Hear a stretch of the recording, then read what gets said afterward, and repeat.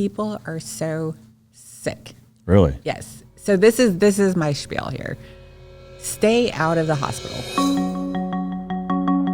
Our healthcare systems are not designed to keep you healthy. They want you sick. And you can prevent this. You can prevent it by losing weight. High body fat does not do well with our bodies. We're not meant to be that fat. We're not meant to have a little bit of muscle. The majority of my time has been like in the military hospitals, and we're getting drug tested a lot, so most people don't take that chance. We realized there was a lot of money involved. People weren't wanting to transfer patients. They weren't wanting to let go of that because if you had a COVID diagnosis attached to you, that you were worth a certain amount of money. And that's the problem with the studies. The numbers were never accurate to begin with. So you're starting with numbers that they're not realistic. Yeah. I can't wait to read the comments on this.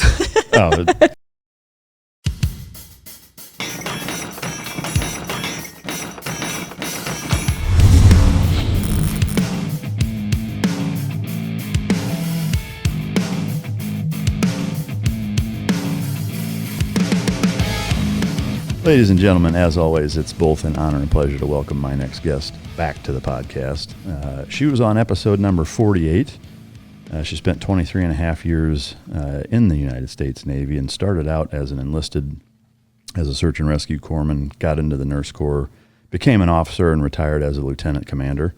In fact, the last time she was here, she had just retired, and now several years later, we're going to talk about her transition out and all the things she's been doing since. That transition phase being one of the most problematic things for veterans getting out. She did some traveling nurse work during the COVID shutdown era. She's the owner of Jab Lab Aesthetics. She's a big proponent of the Hunter 7 Foundation, which we're going to talk about, that helps a lot of veterans with post-war medical issues, etc. She's also a proponent of the Wildlands Safari program. Ladies and gentlemen, welcome to the stage, Nikki Selby. Hello. Howdy. How you been? I'm well. It's been a while. It's been a few years. Been 4 years. Yeah. Which is crazy to think about. It is. I mean, we were talking before we started recording how fast that's gone. Yeah. And it's hard to believe I've been in this location for almost 3 years now, and doing the show for 6. Which is weird. Yeah. To think that it's been going that long, but.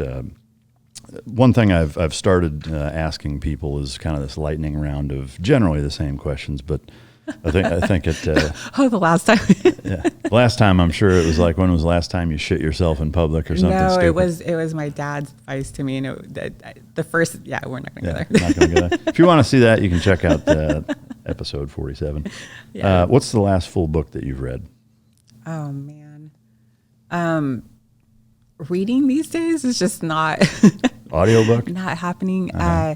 I restarted the Vince Flynn series. So more of a fiction. I do. I like both, and I have books just piled up next to my bed, and because by the time I get to bed, I'm like half awake, wanting to sleep and not read. Which I actually told myself this week I need to start reading again because I just enjoy all of that. But yeah, Vince Flynn. I started the. Term Limits is the first book that he wrote. And then, also Jack Carr. Yeah. Yeah. That's actually the last audiobook I read. Yeah. Awesome. Listen to. Yep. Got through. Do you have a favorite quote? I'm sure I do. This morning's not the morning to ask that. For my memory these days or not. I have several favorite quotes. Just can't none think that of you can anything think of. right now. Is there one thing that you wish you were better at other than remembering quotes? I wish I was a better business person because that's seriously kicking my butt. Yeah. But I mean, welcome to the club, I guess. Oh my gosh. Why do they not tell you how hard small businesses are? Well, I mean, I think it gets, I say misrepresented on social media, but everything does, So to me, it's no different than anything else. Everybody's lives on social media, generally speaking, are a brochure, right? And it's that 10% that's cool, and everything else doesn't get shared that nobody gives a shit about. But exactly.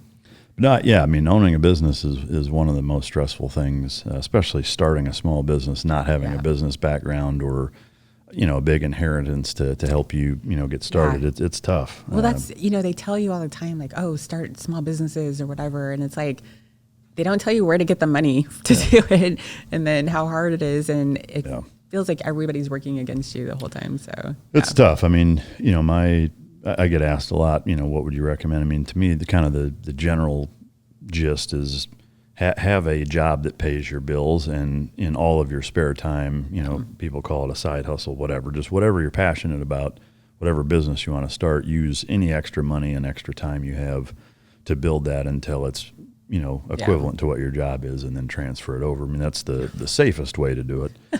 But it takes a while. Yeah, for sure. If time travel were possible, where and when would you go? I've always been fascinated with like the medieval times. Like I think that would be a cool era. Although I don't know how long I would last. Yeah, it's hard to say. End up there and then get a freaking stabbed by something. I don't know. Whatever. Yeah. Get a staph infection and die in 3 weeks. Exactly. Do you have an everyday carry, not just from a pistol standpoint, but just generally speaking? Are there items that you always take with you? Oh, I was like, which one? Yeah. Well, and in the state I'm living in currently, you have to be careful with what you're carrying in that sense. Where are you? Are you in California? Mm-hmm. No shit. Yeah. Why would you do that? I retired there, and then, just I was out there for so long, and it's just you kind of set up everything. But no, I'm trying to figure out how to get the hell out of that state, because I would. I don't know how people survive or live. Yeah, I don't either. I mean, to me that would be probably the last state. That and New York State would be the two places I wouldn't start a business in. I just wouldn't even try it. I wouldn't move a business there, and I damn sure wouldn't start one there. But yes, we are learning that very quickly. What do you carry? If you're outside of California, or we'll just say hypothetically or ideally, what would you carry, gun-wise? Gun-wise, I mean, I like my Glock 17. Yeah. I have a Glock 19 as well. The one I carry in California is actually a 45. Oh, really? Yeah, Springfield. Just because that's the one that is I can carry there. Yeah, the mag capacity is low enough. It's I bought it in the state, and it's supposedly legal. I don't know. They change their laws every day, so you become a felon overnight without knowing it. No, I know it. Anything else you keep in your pockets that outside the norm? Well, I always have my fanny pack, and everyone makes fun of me for that. But I have a man purse. Yeah. But it's a sling bag. It's the over-the-shoulder thing. I keep all my shit in there. Yeah. See, I just don't I've never been a purse girl, and I don't like things over my shoulder, so I love the fanny pack, and I get so much shit for it. So we got to ask what's in it. Convenient. Right now I have my passport, cash, car keys, my lip gloss. It's important. Yeah. It's a big deal. What else is in there? Some credit cards. But yeah, that's about it. Yeah. And there's nothing that would surprise people. It's all kind of the normal stuff. I mean, I have a knife in there usually, but what's the weirdest thing you've ever had in there? Have you ever smuggled anything in it? Smuggled anything in the fanny pack? Have you ever put something in there to smuggle it somewhere? No. Nothing weird? Never stole drugs? anything? I don't know. You're in California. Who knows? I mean, I'll have a couple pens in there sometimes. Yeah. But yeah. Well, that shit's legal in California, right? Yeah. Yeah, it's not legal at all here. I mean, it's... Really? Yeah, Texas is still one of the holdout states where you're not allowed to have any of that shit here. But I mean, it's so I don't know. Yeah, I mean, I don't get it. Who gives a shit? But yeah, it's... I mean, I say technically there's still obviously a ton of people that do it. And I think at this point, cops don't really give a shit. Like if you had, we'll call it a personal amount on you. Like if you didn't have a trunk full of it, they're probably not going to give a shit. Most of them. Yeah. But yeah. No, I don't think I've ever smuggled anything. Yeah. Crazy. Guys, real quick, I've recently launched Patreon for the all-inclusive mic drop experience. This goes above and beyond just ad-free. Yes, you are getting ad-free episodes, but you're getting before and after bonus footage of myself and the guest in studio, in many instances outside of the studio, doing jiu-jitsu, dog stuff, car, motorcycle, recovery, fitness, lifestyle, all kinds of different things. All the different things that I have going on are included in that Patreon page. We're releasing content multiple times a day, every single day.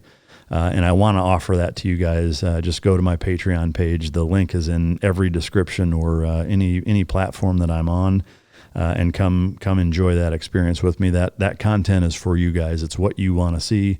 It's about you. It's about what world you want to peek into in terms of all the different things that I have my hands in, and we're bringing that to you guys just for you. And I want to take one quick second to just say thank you to everybody who already has signed up. Without your support, we couldn't do what we do for you. So thank you to you guys, and I look forward to seeing you in there. What are the two key components for canine success? That's effective training and proper nutrition.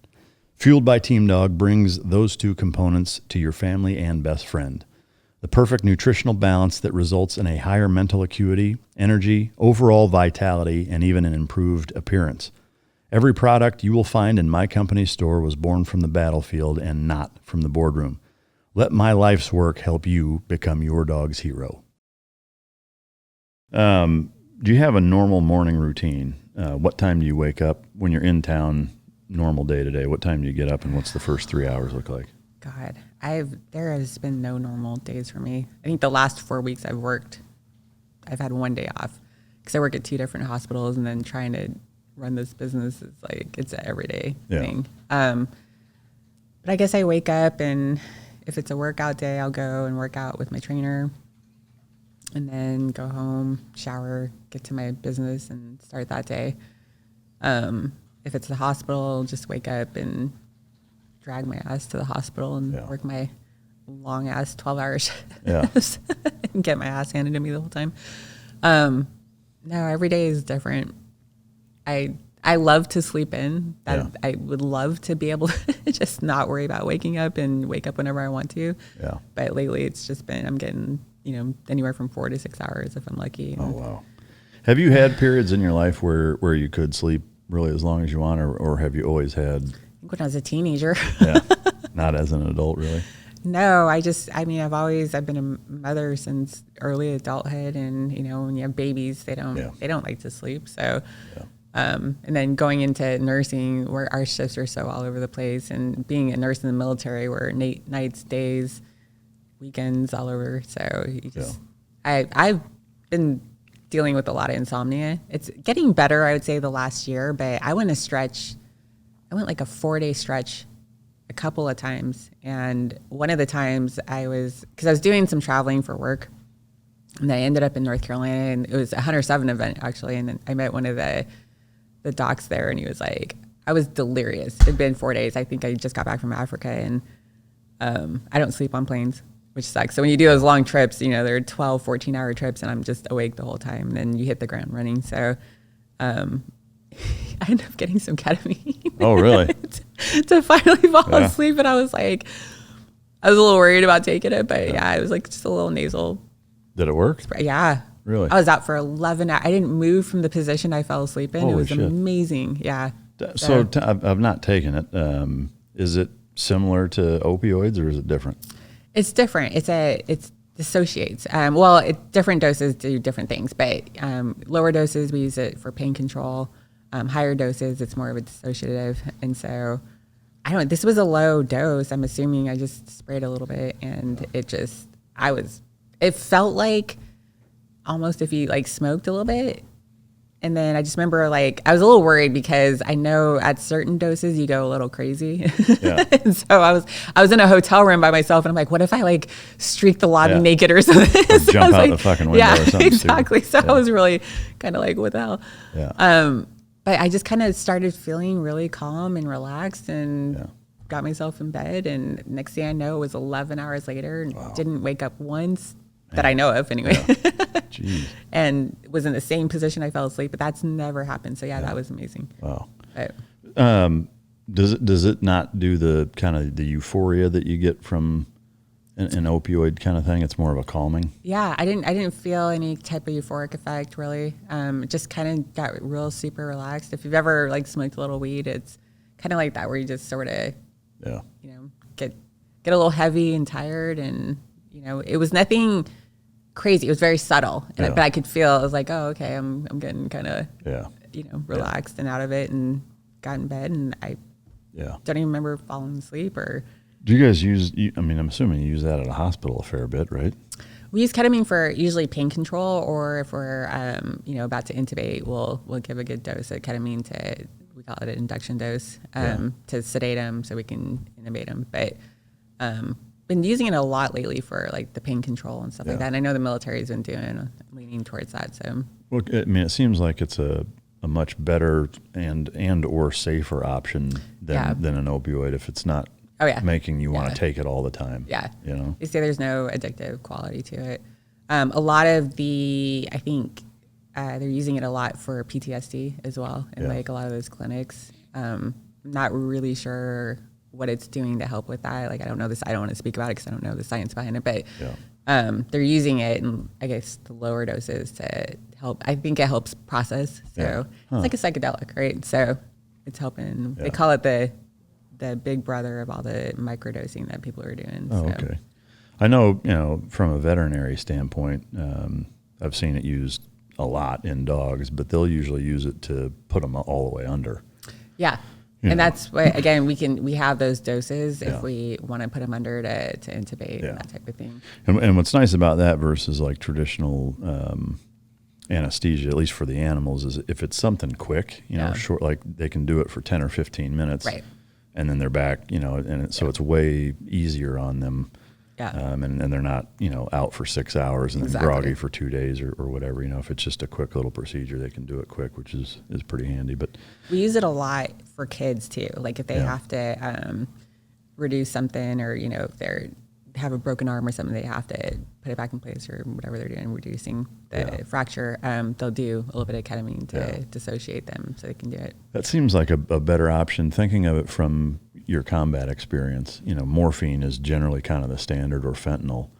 It used to be. It seems like ketamine would be a way better choice. No, they're leaning a lot towards ketamine, so they're teaching a lot of the medics using ketamine for pain control. So because the morphine, puts them out, and like I mean, you have to do pretty high doses because usually you're doing an IM dose for them. So it's high doses and they're out of it, and I think ketamine is just a better option for that, and then not having the addictive qualities to it. So what in terms of the title that you have at the hospital that you work at, what is that?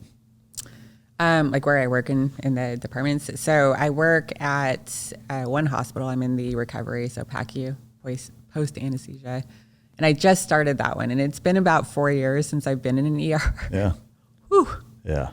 Get my ass handed to me. Yeah, I'm like, I'm too old for this shit. I mean, you're on your feet 12 hours just doing laps. Yeah. And you never feel like you can catch up with what your assignment is. So what shoes do you wear being on your feet? I actually wear their Dansko clogs.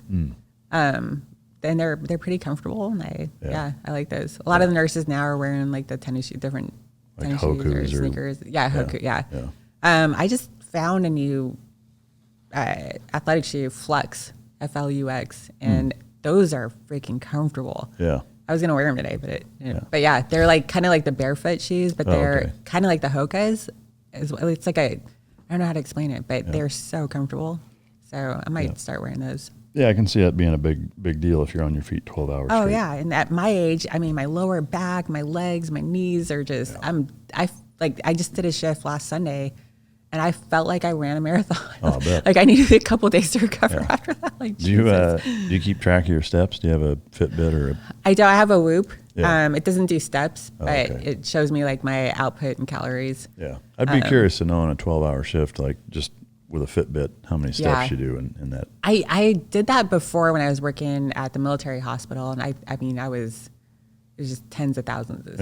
You're just you literally are doing laps. Well, so with those two different jobs, I guess we'll start with the PACU. What all does that entail? So it's just after you have surgery, and then they roll you out to where you get recovered. So you're waking up from anesthesia, and so we're there to make sure, we control your pain, make sure you wake up out of the anesthesia without having any issues or problems. That's usually, coming out of surgery is kind of that, the vulnerable time for you, because anything can kind of go wrong at that point. And you don't know how you're going to wake up, and then you're probably going to wake up with pain, and getting that under control before we either send you home or you go to another bed. So Yeah. With the pain management thing, I'm curious, like, is there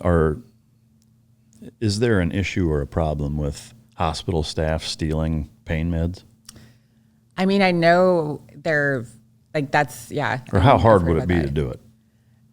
These days it would be pretty hard. So before, like all the technology and everything, I think it was a lot easier to, it's paper charting or whatever it is. It's hard to keep track of that. But nowadays, if I have to give somebody a narcotic, you go into what we call the Pyxis. You have to pull it out under their profile, and then it shows who pulled it out. So it shows that I pulled out this particular narcotic for this patient, and then I have to scan their wristband to show that and then scan the medication. And so it's all connected. Could you take it out of the vial at that point and not give it to the patient? Not give it. Yeah. I mean, I guess you could at that point, but, I guess you could. Yeah. Well, I mean, who's loading the machine though? The pharmacists and the pharmacy techs are loading it. And I mean, so like if you go back custody wise far enough, like at some point there's somebody that if they wanted to fucking steal it, they could, right? I mean, it's all inventoried and counted. So like we do a count in what's in ours every single day, to make sure the numbers, and then every time you pull it out, you have to do a count. So before I can even pull it, it asks me how much is in there. And if the count is off, then it's going to go back to who pulled it last and see, then they have to go and see where the deficiency is. So trying to steal it in that sense it would be very difficult, but I guess you could say I gave it to my patient and then not do it and then stick it in your, I don't know. Yeah. So, cause the patient doesn't know, right? If you could draw a saline and be like, okay, you know, they might not have pain control, but that's kind of expected anyway after surgery. And so, I got to get you more. So, you know what I mean? Yeah. So I guess in that sense it could be. Yeah. I'm not trying to tell people how to steal meds. Well, I mean, I'm curious just with seeing how things like that in every industry, like there are people that game systems and and what have you. Yeah, that's been a problem. Fentanyl especially. Yeah. People get addicted to that, I guess. And I remember one of my bosses a long time ago, he was in charge of the anesthesia providers in one of the hospitals. And so he'd look around the ORs and they had, windows that he could look through to make sure everybody's doing what they're supposed to do and not sleeping. Anesthesia can be boring. Yeah. And he said one time he couldn't see the anesthesia provider because there's a curtain where, surgery and then there's a curtain. And he's like, what the hell is that? So he walked in there and I guess the guy was like shooting up into his penis. Really? Yeah. So it's kind of like one for you for his patient and one for him. Why would you shoot it there? Track marks, I guess. No one's really looking for it. Holy shit. That's the last place. I'd go between my toes before I would. Well, I guess there's a big vessel there. So. Some bigger than others, maybe. So with the, I guess in that same, no pun intended, in that same vein, from your experience, like, is that something that would plague a hospital where like employees would accuse other employees, or like is that a problem? Like or you're like you would suspect one of your employees is stealing pain meds? If they, if you suspect it, you're supposed to report it. You always take these online courses about reporting things, and if you see this, whatever. If you're taking it, like usually you're addicted to it, right? And so there are telltale signs with that. When you come into work, you can tell if someone's kind of out of it or high or whatever. So that's usually the first suspicion. And then, if there's a problem in the hospital, you probably are going to look for that type of person that's either like not coming to work or calling out sick all the time or whatever. So have you ever run into that? I haven't personally, no, because the majority of my time has been like in the military hospitals. And we're getting drug tested a lot, so most people don't take that chance.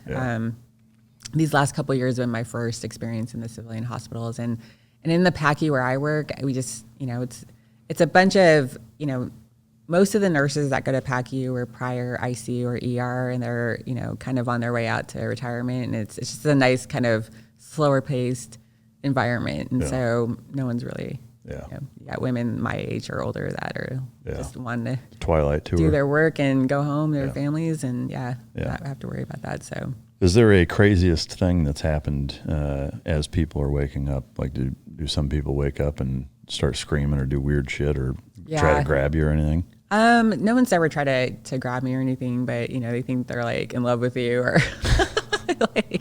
Have you been proposed to? Yeah. I used to do conscious sedation too, where we would, for an endoscopy, so colonoscopy, get your colonoscopy, people, by the way. Yeah. Colon cancer is on the rise. Here's my little pitch for that. Yeah. But yeah, we would put them out. We use Versed and fentanyl, and I swear that's a truth serum. Yeah. Because people, they think they're asleep the whole time, and they're talking to me, and one guy had some barbecue recipe, his secret barbecue recipe, and he kept telling me the recipe. And so when I recovered him, and he's out of the colonoscopy and was starting to wake up and come to his senses, I started talking to him about his barbecue recipe, and he's like, "How did you know?" I was like, "You were telling me about it the whole time." He's like, "That's a secret." He's like, "I was sleeping the whole time." And I was like, "No, you were talking the whole time." And they're like, "Oh my God." So barbecue recipe. Yeah. You remember what it was? No. And you remember what kind of meat it was? No. Nothing. It was a sauce. It was like a barbecue gotcha. Sauce or something. Yeah. But he was so freaked out by it because he was like, "I was sleeping the whole time." I was like, "No, you were chatting the whole time." So, and then I started thinking, I'm like, "Man, you could use this stuff." Yeah, I don't doubt it. Fucking interrogate somebody. Yeah. Anything else crazy happened? People waking up? No, Not really. not really. Switch Crazy things, but yeah. As you guys know, sleep is a huge component to recovery and really all aspects in life, and it's something that a lot of us have struggled with, for a lot of our lives, frankly. As you know, I've been a big proponent of Beam, which is a hot cocoa that you drink before you go to sleep, and it's helped tremendously in terms of hours of sleep maintained as well as the quality of sleep. Today, my listeners get a special discount on Beam's Dream Powder, which is their science-backed hot cocoa for sleep, and it's got no added sugar. Better sleep has never tasted better.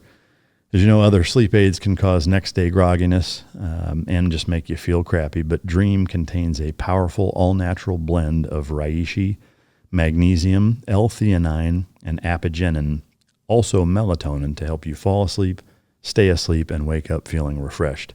If you want to try Beam's best-selling Dream Powder, get up to 40% off for a limited time when you go to shopbeam.com/micdrop, all caps, all one word, and use code MicDrop, all one word, all caps at checkout. That's shopbeam.com/MicDrop and use code MicDrop for up to 40% off.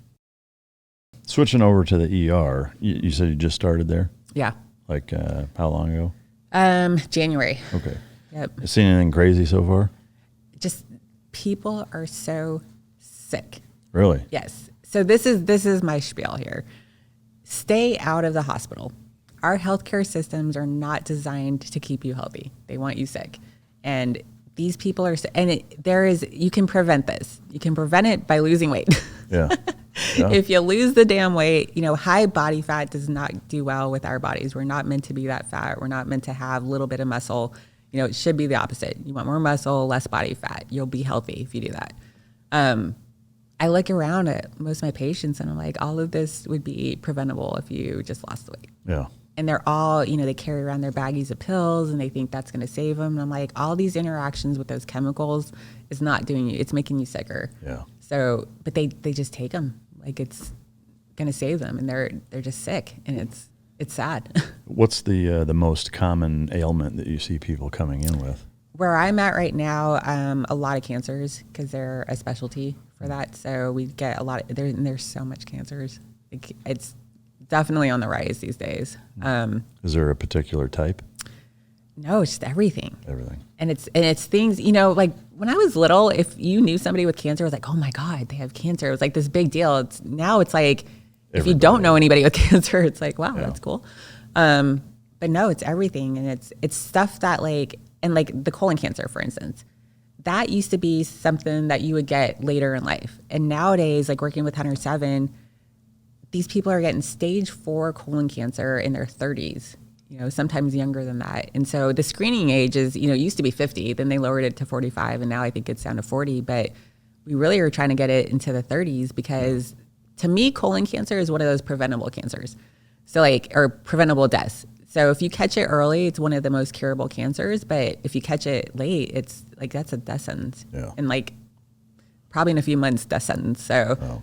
and it's not like you should be able to catch it earlier. You should be able to screen earlier and catch it. And these people should be alive. Like there's no reason these 30 and 40-year-olds should be dead. The ones colon that, cancer. yeah. Are you seeing any thin people with cancer, or are they all overweight?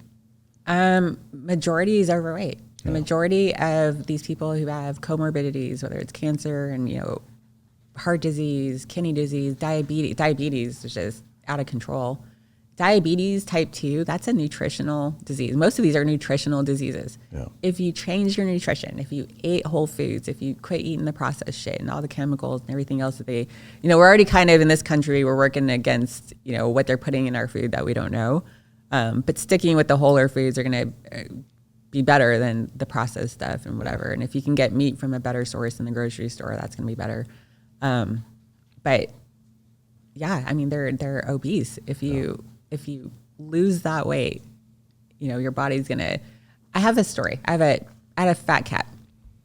Well, he's a regular cat, but then he got fat because I ended up getting a couple of dogs and he was terrified of them. So he would stay up on the countertops and not want to move. And so just stopped moving, like a normal animal should.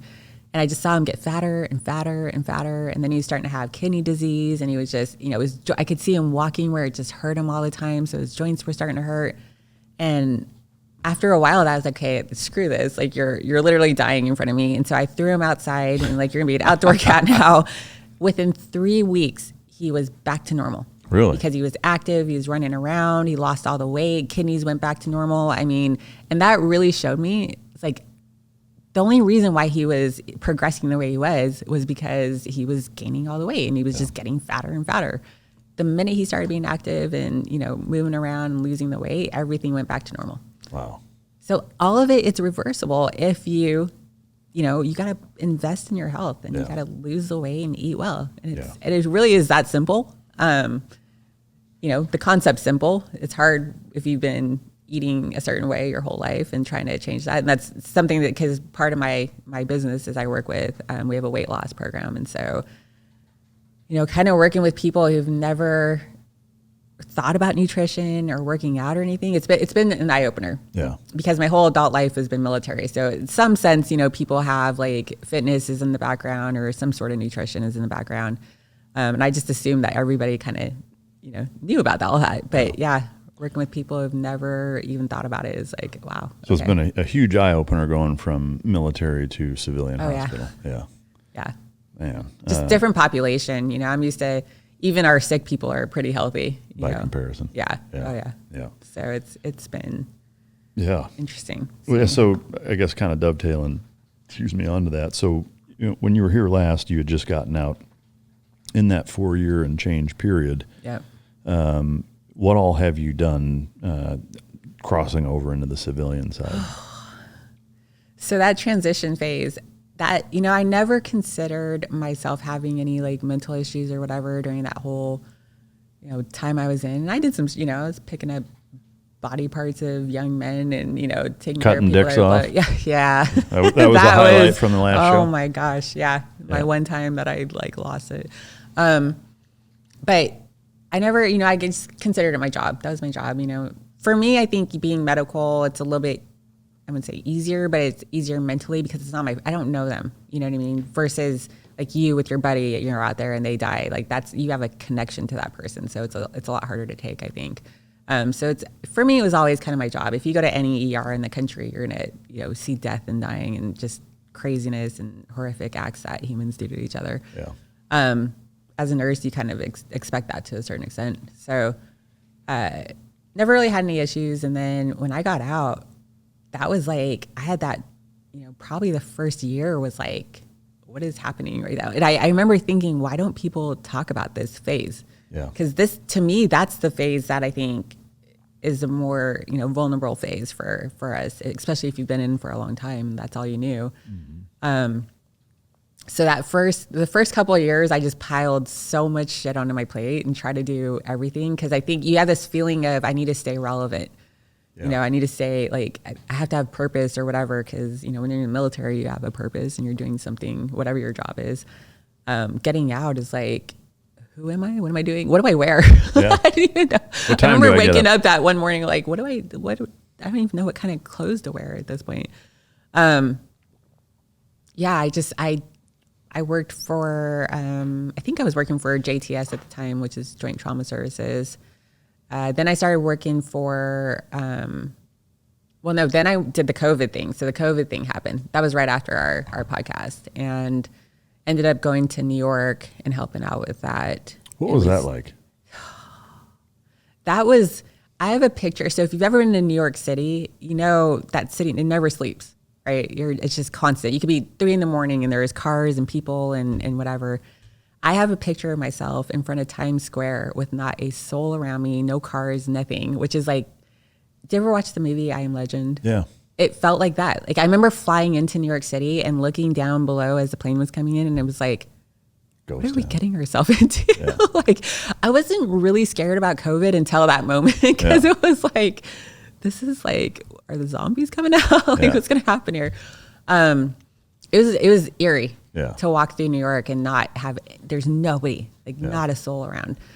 And we ended up standing up a field or like a tent up in, not a tent. So we overtook the indoor soccer field at Columbia University for a New York Presbyterian.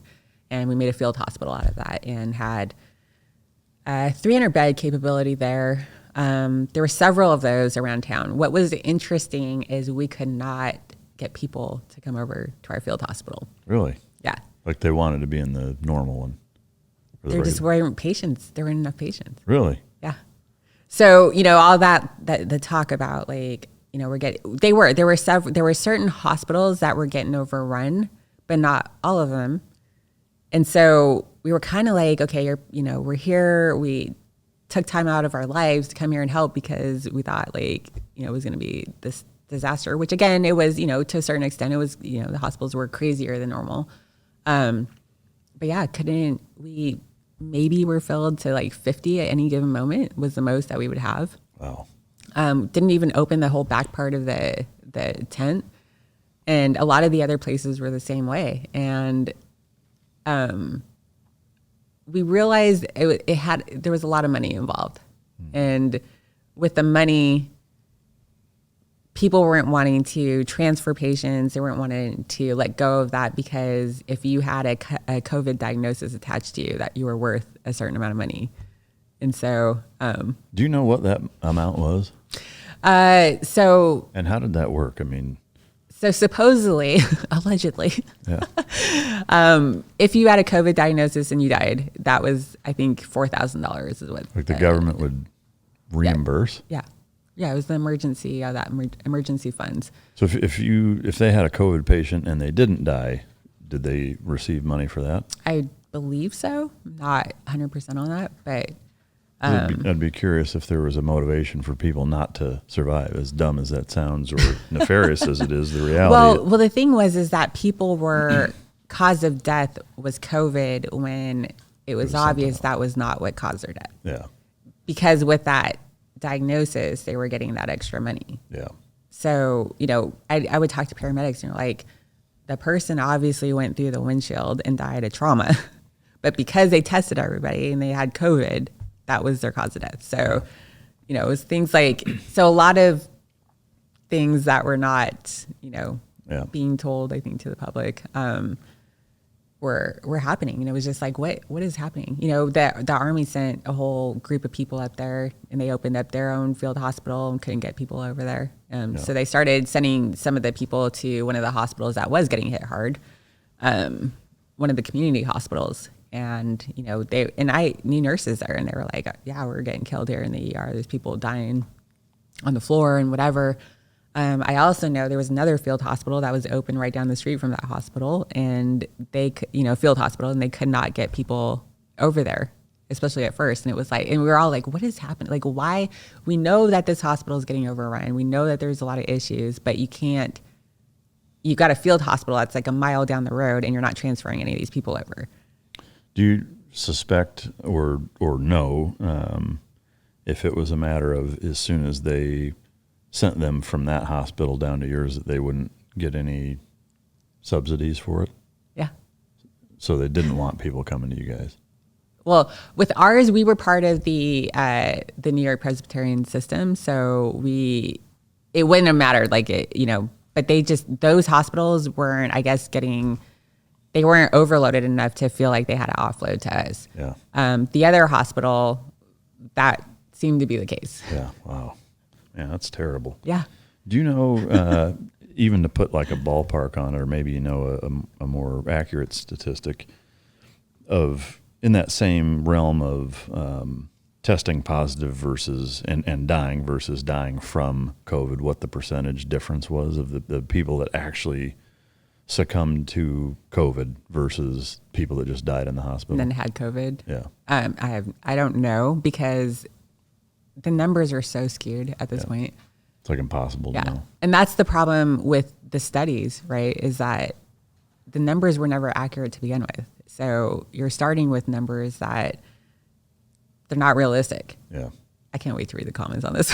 Oh, people are going to go. Yeah. Well, yeah. So we had not to interrupt, we had a SEAL canine handler that said, I'm not getting the shot, and ended up, and there's all kinds of people like, you're a fucking idiot, and, well, you deserve to, whatever. I mean, just people like, you join the military, and when you say I join, then that means the military does whatever the fuck they want, and you're a coward, and like just people just teeing off on the guy because he wouldn't get the shot, and it's just like, to me, two things. One, like there's things that we even argued on a tactical level, like, no, we're not doing that, or that's fucking dumb, or like we had our limits. That there were times, like I didn't get the anthrax shots, I was supposed to, and I said, no, I'm not getting them. And I used a feather allergy or some weird shit to excuse myself from them. But no, I'm sorry, that was the smallpox. I did get the anthrax shots. It was when we were going into Iraq, it was smallpox. Everybody had to, or was supposed to get smallpox, and I didn't. But anyway, a lot of people are like, well, you got 500 fucking vaccines when you join. It's like, well, those also have decades of history behind them, and most of us have probably already had most of them, when we were 3 months old or whatever. This is something that was just created out of nothing in the last fucking year. Well, no. So here's the thing. And again, I'm going to get so much shit for this, but that's okay. They let everybody's guard down by calling it a vaccine. Yeah. So when people heard vaccine, they're like, oh, well, I've gotten thousands of vaccines, big deal, whatever, It's a technology. It's not a vaccine. And it's actually been around for about 30 years. So that's where you have to ask yourself, if it's been around that long, why didn't you have the proper clinical trials, right? Why wasn't it done the way everything else that's released? It takes 5 years plus to get something approved. The studies just didn't fare out well for living organisms. Yeah. And so they couldn't use it. Or they didn't want to use it. They couldn't use it, or they didn't want to use it. Well, when everything dies in your study, it's usually not going to get approved. So, so that was the problem. And so to me, it's like if they would have said, this is, hey guys, this is a newer technology that we haven't actually used on humans. We think it's going to work. I think we improved our stuff since, the study where everything died. So yeah. Are you cool with that? Yeah. No. I think most people would be like, oh, okay. So with the way they marketed it was kind of genius, right? So vaccine, no one. Yeah. I get vaccines all the time. Yeah. Nobody thinks twice about it. No. Yeah. And so, I was very. The minute I heard about it, I was like, nope, doesn't sound right. I'm a logical person. This has nothing to do with politics for me, and so that was also a mystery to me. That I can tell what your party affiliation is based on if you're wearing a mask or if you're for the and I'm like, this is not how a healthcare scare should be. So this had nothing to do with politics. Yeah, it's crazy. So that was a mystery to me. The minute I heard it come out, I was like, nope. Yeah. That doesn't make sense to me. That was way too fast. This isn't a normal vaccine. I have heart issues as it is. And that was, some of the things is that it was not doing good things with your heart. And so I was like, I'm not taking that risk. when I don't feel I'm in a category that's at risk. So, which I got COVID, and if I didn't know it was COVID, I would have thought it was the flu. Yeah. It was like about 24 hours of feeling like shit, and then I was going on my way. Yeah. So to put myself in my mind at risk like that just wasn't logical. Yeah. So to me, what the politics thing behind it, I agree, was fascinating and scary at the same time. It's weird, the association. There maybe you'd consider me biased for it, whatever. To me, there was a difference even between the left and the right as far as if you said, yeah, I'm not real crazy about that, there's an immediate assumption, well, you're a huge Donald Trump fan. It's like, no, not necessarily. Like, there's things that I think he did a great job. There's things that I think he fumbled horribly. Yeah. To me, I want whoever's going to be the best guy to run the country. But irrespective of that, it's like, I don't like the vaccine. Well, you must love Donald Trump. Well, he developed it. It's like, then what's the problem? Right. Like exactly. Like, you can't have it both ways. Yeah. Yeah. And that was the thing. It was under his term when Operation Warp Speed, right? And so I was like, it has nothing to do with that. I don't care. Like, it just doesn't make sense to me. It's not logical. And never have we, fired people from jobs or kicked people out of the military for refusing to take a vaccine. So, like, there's so many red flags. Yeah. I was like, I just took a step back and I'm like, nothing's making sense right now. So I cannot buy into this until it's logical to me. Yeah.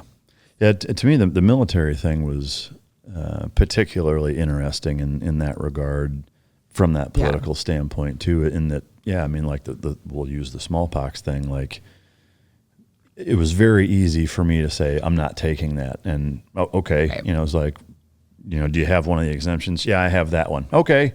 And that was it. Like, whereas with the COVID thing, it was like, religious, tough shit. Yeah. Like, no, I have this, doesn't matter. Like, take it or you fucking get, like, there was this weird power grab with it. Right. And then huge. Yeah. And then, but especially with jobs, with, friends and families, like the political divide. And I my thought process or theory on it is it really all boils down to there was such a hatred for Donald Trump. Yeah. And it was used as a mechanism to kick him in the nuts and get him out of office. Yeah. I really think that was the bulk of it, because there's so many things that the arguments for it, they just don't shake out. Right. If you remove everything and just look at the simple fact of saying, okay, does it prevent you from getting it? No. Right. Okay. Does it keep you from, if you do get it even vaccinated, does it keep you from spreading it? No. Then shut the fuck up about it. Like, to me, those two things by themselves, like, irrespective of every other fucking component you try to weave into it, those two things alone, you can go fuck yourself. Right. Like, there's no reason to make people take it. Yeah. Like, if you want to take it, go for it. If you want to, Exactly. And that's the thing, is that, the fact that it was like, you are going to do this and you're not going to be able to do anything else, or you're going to lose your job or whatever if you don't take it. That was so extreme with something that, one, wasn't even approved at the time. Yeah. Two, there's no liability to any of these people, right? So if something happened to me and I had, some sort of heart issue or whatever, nobody's going to take responsibility for that. And nobody's going to correlate that with the vaccine. So now I'm screwed, right? So now for me to keep my job, I have to take this thing that can do some detriment to me, and nobody's going to be responsible. So now I'm going to be out of a job. I'm not going to be able to take care of my family, and I'm sick. I could be dead, and no one's going to, that's it. Yeah.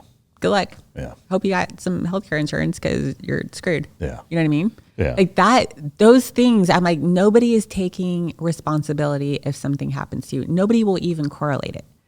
So you're effed at that point. Yeah. So, all of these things is like, I don't understand. I have been mind blown by all of it, you know, and I've had colleagues that, nurses that are like, I won't take care of somebody who's not vaccinated. I'm like, how about the do no harm as the first fucking rule of hospital fight club? The power grab was just like, what in the world are you talking about? Like, and same thing with the mask, shit drove me nuts. Again, like, if you, I think that the biggest problem with both sides is that if you have somebody who isn't playing the politics game and just looking at things purely from a common sense standpoint, it's impossible to argue, and you sound like a cult leader trying to argue for some of these points, like you being in the hospital as a mask as an example, right?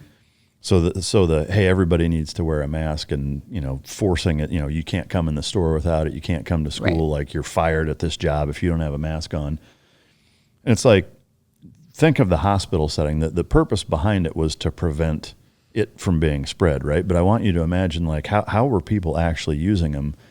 Like, and I would say, like, would you allow a surgeon to come in and pull a mask out of his back pocket that he's used for the last 2 weeks and put it on and perform your surgery? Fuck no, you wouldn't. So here's the mask thing, and I lost friends over this, That's which crazy. I find is very interesting. If you had a deadly disease, right, you are not going to tell people to wear your T-shirt over your head. Yeah. Right? That's not going to do anything for you. One of the examples I have to give, because I had someone, and I was a little outspoken during all of this time, and I got a lot of shit for it. A lot of shit. People would like tag me on these big like liberal pages, and then everybody would come after me, and like, me and Victoria. The mask thing. If it's deadly, right? There's a way that, for a virus, like the minimum requirements at N95, that's the bare minimum requirement. And, to tell people just wear something over your face, I'm like, that's a false sense of security. Yeah. And people were wearing yarn masks, people were wearing nylon. I mean, it was just like all these cute little masks, and people made it like a whole trend, which was ridiculous. It's like the Stanley Cups being fucking. Exactly. And I'm like, we're making what's supposedly this deadly scare, you're like, a trend, like wear these cute little whatever. But I had somebody as a doctor who had messaged me on Instagram, and he was like, how are you even a nurse? And usually I just ignore shit because it's like I get a lot of crap. But I was feeling a little spicy that day, and I was like, okay, I'll entertain this. And so I kind of gave him a little smart ass remark and was like, well, I started nursing school at this time, and I had to do all these prereqs. And he's like, okay, smart ass. And I was like, well, what's your point? And I did a post about the mask, and just saying that if you're going to mandate something, there has to be a standard. You can't just say like, just wear whatever. And he was like, how could you be against it and blah, blah, blah. And I said, well, I'm going to change the narrative on you. This is now airborne Ebola. Are you going to tell people to wear their T-shirt over their fucking head? Yeah. And he was like, well, no. And I'm like, well, why not? Yeah. Why wouldn't you say, we'll just wear it? That is a deadly disease. So if you remember Ebola, we had a little scare back in 14, I think it was, somewhere around there. Yeah, it was here in Texas. Well, what happened was it was broken out in Africa. Yeah. And they were talking about bringing patients here to get treated. And so because of that, every single hospital had to have a protocol. So just in case one of the patients came there, you had to have, where are you going to put them? Because you have to block off an entire section, and you have to have your dirty room, your clean room, and the whole bit, how you handle deadly diseases, right? And we had to learn how to dress out for it if we had a patient, and it was head to toe. You have to put on your stuff in a certain order. We would have to have another person walk around us to make sure there was no breaches in our PPE. And that's how you handle a deadly virus, which is also, Ebola is a bloodborne pathogen. So it's not airborne, it's not any of that. So it's like, but you were fully dressed out, and to the point where somebody's making sure you don't have breaches in your suit to handle that. But this is supposed to be this like crazy, deadly, gonna kill everybody virus, but you're telling them to wear your T-shirt over your head. Yeah. That doesn't, and again, that's not logical. Yeah. And like the 6 feet thing, right?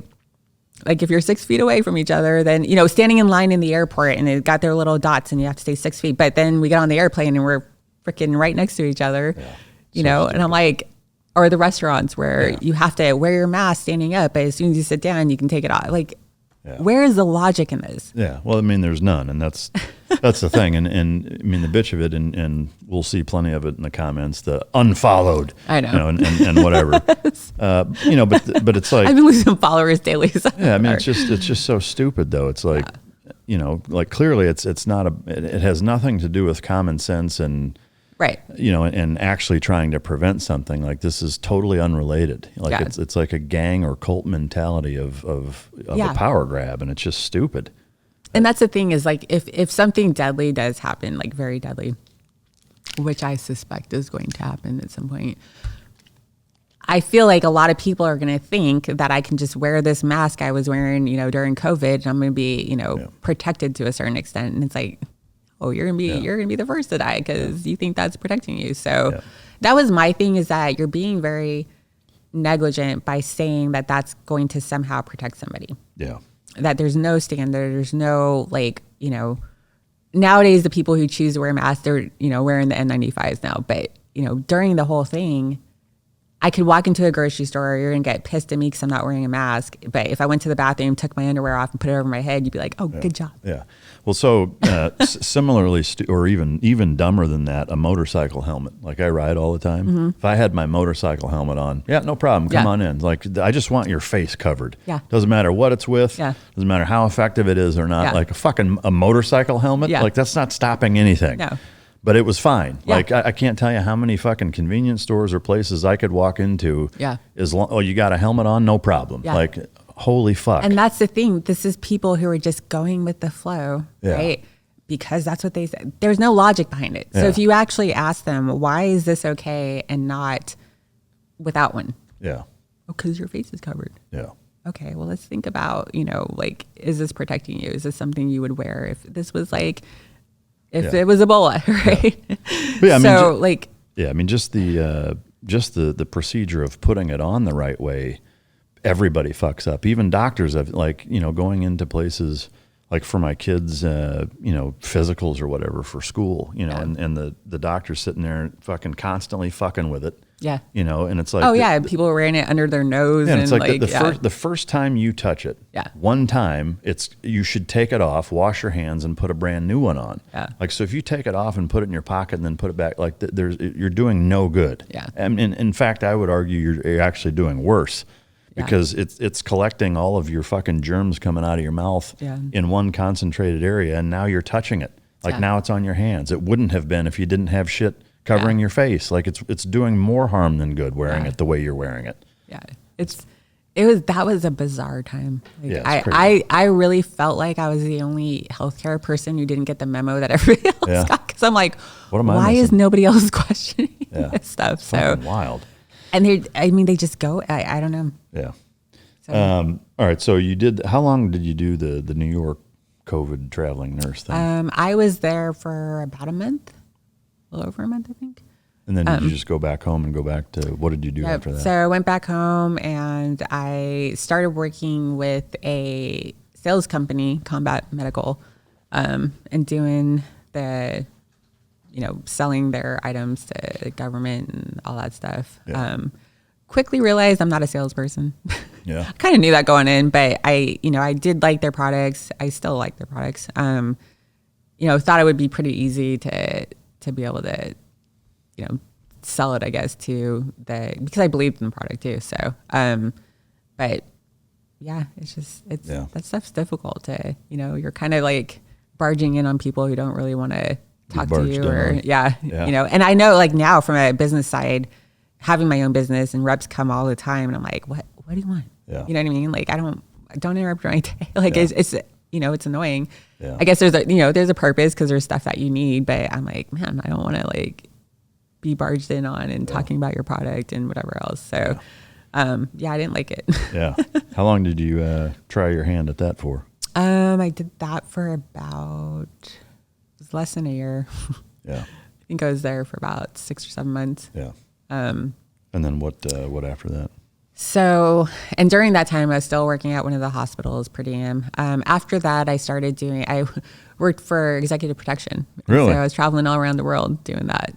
All over the world? Yeah. Doing medical stuff or actual protection? So we were security plus medical. Yeah. So my primary would be medical, but I also was qualified to do the executive protection part. Really? So, yeah. Can you say what company or do you? Global Guardian. Yeah. Out of DC. What did you take? What trips did you take?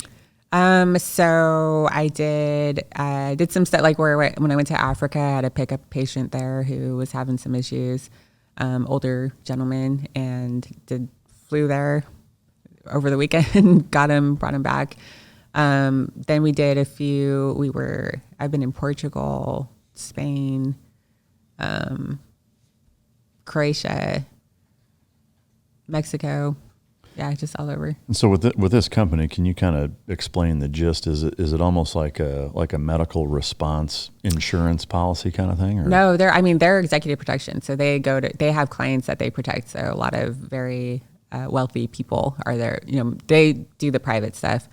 But yeah, they're going, if one of their clients needs to travel, then they call them up and I need a team or whatever. And so you go with them, and usually they have their own team as well, but they want a little extra protection. So you go with them and make sure that, it's kind of like that Secret Service stuff for private citizens. And then we do if a company's having a conference and they want extra security, they'll hire us to do that. And then I would do, if anything happened medically, then I could be there to be the liaison or, help start the care. Yeah. It was interesting. So with that, what was your loadout going on those trips? So for me, I did, I would just take my medical bag. Especially going, there's lots of rules with weapons and stuff. So we would actually have local assets that we would hire. If you needed any type of arms or anything like that, because they had all, they were able to do that in whatever country. You can't just be going in and out of countries with your weapons and stuff. Anyway. So we were more kind of like the coordinator liaisons for the medical security and all that stuff. And then we would have the assets in whatever country to fulfill those roles that we would need for, to expand that. Yeah. Can you give the broad overview of what was in your med bag?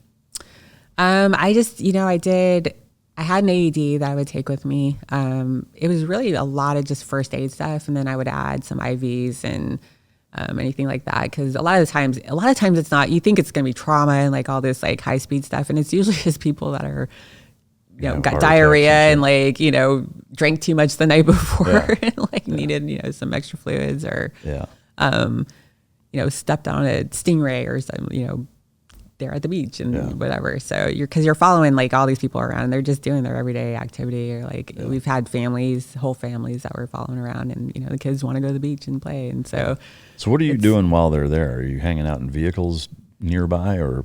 Either vehicles or you're there with them. Just sitting there hanging out? Really? God, it'd be weird. Or if they're in the restaurant, you're standing outside the restaurant or around the restaurant, or you're sitting at a table that's a few, tables down. And, that would be weird.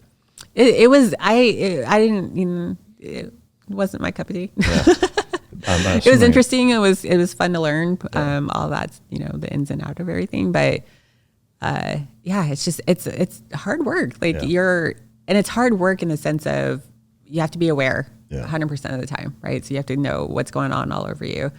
You would travel and then you would, traveling all day because, to different countries, and then you're not going to a hotel and resting. You're going and hitting the ground running and 18-hour days because you're on their schedule. So, and these are businessmen that they wake up at the crack of dawn and they want to work out or whatever. And then they have their meetings and you're just following around till then they have their dinners and all the stuff they do. So you're just standing a lot and watching and observing and making sure that everything's good. And it's mentally and physically draining. So what's the shifts like? I mean, when you go there, you kind of have to work all the time, right? I mean, you're not really getting downtime. No, there's no downtime. And everyone's like, oh, you're going to all these cool countries. I'm like, I don't get to see any. Like I'm staring at four kids walking around. I'm going where they want to go. I see the inside of my hotel room and then wherever they're going. So you don't get time to go travel or whatever. So what's the average duration of those trips? Like how long are you doing them for? Usually like 4 or 5 days. Yeah. So, any close calls? No, not on my watch. Yeah. No, nobody trying to rob anything or. No, most of the people that we had were, they're very, very, very wealthy. Yeah. I mean, if you get. But nobody knows who they are. You know what I mean? Which is also interesting if you think about it, right? So, I was in the War College when I was in the Navy, and I remember the first day. The professor was like, name me the 20 richest people in the world.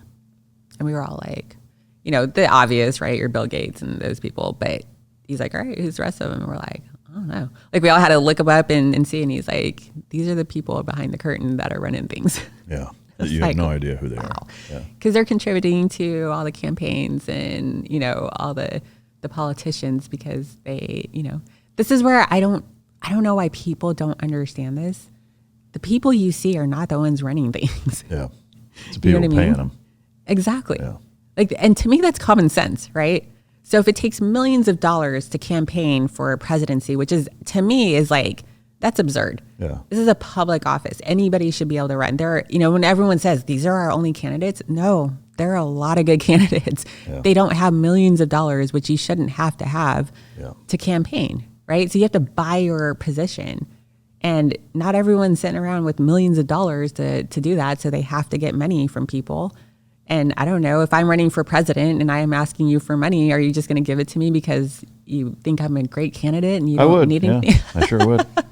You wouldn't be beholden to me, but no, I that's not how it works. Do you know what I mean? Yeah. No, I mean. So like if you're giving millions of dollars to a campaign, like, okay, Yeah. like once you're in office, this is what's going to happen. So, that and just look at the, again, some things are more difficult to prove than others. But to me, like if you just look at the net worth of everybody that goes into office versus, when they go in versus when they get out, even after 4 years, you look at what they make and look at how much their net worth increased in that time. And that doesn't add up, you know? I mean, like from a normal person's IRS legal system perspective, like that would be enough for probable cause to investigate, like, where did that come from?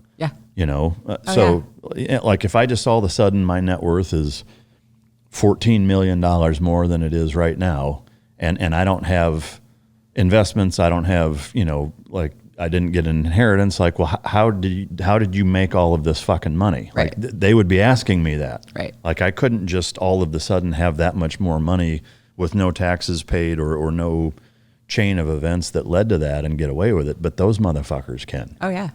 Because they're the ones holding the books basically, Well, they're the modern day king and queens, right? Exactly what our forefathers tried to get away from, and we just grew them to where they are again. Yeah, it's and the same shit. greed and power is always going to be that human characteristic that's never going to go away. So if you can't control that, then it's going to grow out of control. Yeah. And that's funny because, like, speaking of the book Term Limits, have you ever read that? Mm-mm. So yeah, it's fiction, but I like those type of books because they have to be fiction. Yeah. But a lot of it's based on nonfiction, right? So you kind of get more of an insight on what happens. And that book in particular, if you read it, it was written in the 90s, but same shit. Very applicable to today with politicians and how they run. And it's funny. If you call it fiction, you can actually have it be completely accurate. Right. If you say it's nonfiction, you have to fucking to censor a bunch of things. Exactly. Yep. All right. So you did the protection gig for a little while. Then after that? After that, I decided I was going to start a business. Yeah. So my business partner, Aaron, we worked together in the Navy. We've known each other since we both got commissioned together at the same time. And so we've always talked about, like, we're smarter than a lot of these people. Like, what are we doing? Like, we should be able to do what, all these other people are doing and starting businesses. And we have a lot of great ideas and we know what we want to do. We're pretty likable people. And so we're like, well, let's just do it. And then you're like, what the fuck are we thinking? We just had a conversation a couple of days. So we're going on a year now. And we were like, what the fuck? Yeah. And I'm thinking in my head, man, I could just work a couple shifts and be good and not have to worry about all the other stuff that's going on. And what's the fun in that? She's doing like all the back office stuff. And, she's trying to like teach herself how to do all the technology and like build websites and like, on top of all the money and everything. And she's just, sitting there for 14 hours, 15-hour days and, trying to figure out all this stuff. And I'm doing the front facing stuff and all the clinical things. And it's exhausting. Yeah. And, revenue wise, we did great. But again, we're not business people. So we're like, where the hell did the money go? Yeah. And it all just goes, they say, what is it? The first couple of years you're in the red or whatever it is. And well, I mean, I think it's 80% of businesses fail in the first 2 years. Yeah. So. Oh yeah. Just making it past 2 years is a rarity. It's tough. I mean, and I think it's one of those things, like a lot of things, like, working out or joining the military, there's an over romanticized aspect to it that, because you see, again, that brochure of the people after they've made it. You don't, right. you don't see they didn't share and nobody gave a fuck when they were, switching a credit card balance to another one because they could get zero interest for 6 months and they're putting their power bill on it. Yeah.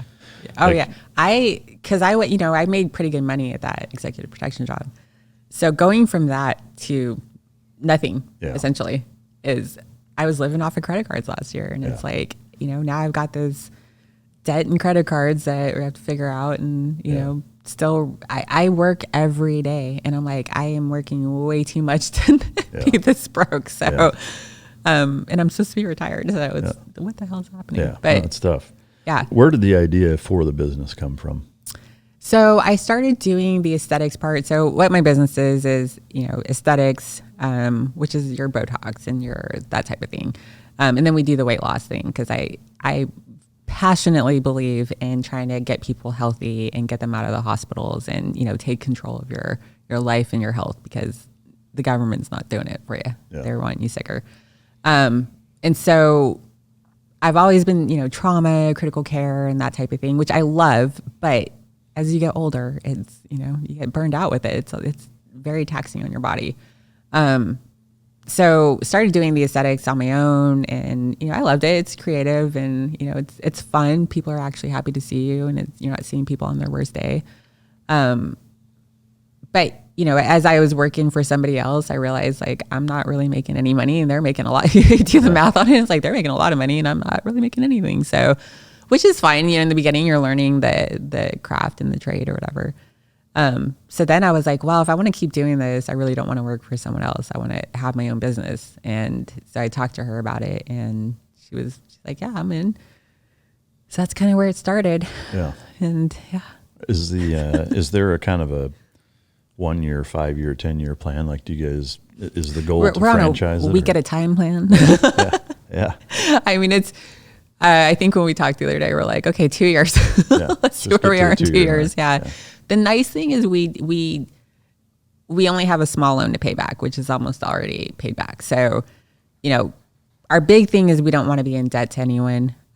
Although it's, it's really hard to finance this stuff. Like all that money goes right back in. So we're hanging on by the skin of our teeth right now. Yeah. Our price points were not right last year. So even though the revenue was good, profits were non-existent because we just weren't charging what we should. Yeah. I tend to think I'm not a businesswoman. I can't do that cutthroat, like, this is just the way it is. Like, this is what you're going to, charge and whatever. Like, I think of things as from my perspective and what I would want to pay. And, like I approach it that way, which is probably not the right way. And so I'm always trying to like ease the cost on people and like, it's. I think you can do both. I mean, to me, you have to look at it as a business because it is, and your time is worth X and the product is this. And, so to me, I think the key is understanding like, hey, I can't do this for free. Yeah. I don't need to gouge people either, and so, to me, if you just, have a realistic percentage markup, let's say 20%, right. That's fair. Yeah. And so, but there's other things too, like there's certain things that as you go along, you find out, I don't like doing this, like people may want me to do it, like speaking as an example, like I don't mind speaking. Like I don't have an issue with getting up in front, like that doesn't bother me one bit. Right. But traveling and doing speaking events, I don't particularly enjoy doing them most of the time. And so that as an example, like that, I charge a lot because I don't want to do it. And if I'm going to do it, then you're going to have to pay what it's worth for me to go do it because I don't enjoy doing it, whereas other aspects of some of the stuff I do with dogs, it's very different, whether it's online training or the margins on dog food are not high. So kind of similarly, I think it depends on what you're doing, but ultimately, and this is one of those hard lessons learned because I did, similar things. Like I charged way less starting out. And I think there's a certain element that you kind of have to as you build a reputation and years of experience. And, let's say personal protection dogs as probably the most classic example, if this is the first one I'm doing, and somebody, a high net worth guy saying like, hey, okay, there's all these different companies selling dogs. Yeah. How many have you sold? Well, this is the first one. Really? Yeah. Huh. How many have you done? Well, I've been doing it for 20 years and I've sold hundreds of them. I'm going to go with this guy. I don't care if it's 10 times as much. Right. So there's an element to that, is that as you get your feet under you and you get experience, you kind of have to start out as not the lowest bidder, but almost. And, and it just takes time to build up that kind of business credibility and experience, but you still have to make a profit. And I think, again, if you use kind of the 20% rule of look at whatever your overhead and costs are, and then, if you can profit after it's all said and done, your actual net profit is 20%, then I think that's fair, anyway, so the weight loss stuff and the aesthetic stuff, you're passionate about the weight loss stuff. Yes. Do you guys have plans to, franchise it, come up with like national health initiative programs or anything like that for the weight loss thing? And how do you guys go about it? Like if a client comes in and they're a fat fuck and they're like, I don't want to be a fat fuck anymore, help me. So we use a medication that's been very popular and in the news lately, which is the Semaglutide or the Ozempic. What's the deal with that stuff? So I lost a ton of weight on it. And I lost it during a time where I thought like, oh, I'm just old and I'm gonna have to accept being chunky. And cause I, thought I was doing everything right. And I worked out a lot. So that wasn't an issue. It was obviously my eating. I was overeating. And most people don't realize they overeat. We eat too much. We don't need that much food. Unless you are, a competitive bodybuilder or something, you have a purpose of building muscle and whatever, then yes, you got to eat a certain amount of food. The rest of us don't need to eat like that. So, to me, in my mind, I was like, I don't feel like I eat that much. I don't eat that bad, which is what every single person says to me when they come in. I eat pretty good. I eat well. I don't understand. And I'm like, I'm telling you, unless you came in here and told me you weigh every single thing that goes into your mouth, you overeat. Yeah. 100%. I guarantee it. Yeah. Like you will, it is a very simple concept of less in, more out, right? You're going to lose weight. What's difficult is what does that look like for you? How do we calculate that? How do we figure that out for you? But yeah, so I was working at the clinic and I struggled for about, my heaviest, I was about 250. Really? Yeah. How tall are you? 5'7". 5'7". That was big. Yeah. And that was after 2 babies, but that was not pregnancy weight. That was me having to take all that off. It did not come off after I had the babies.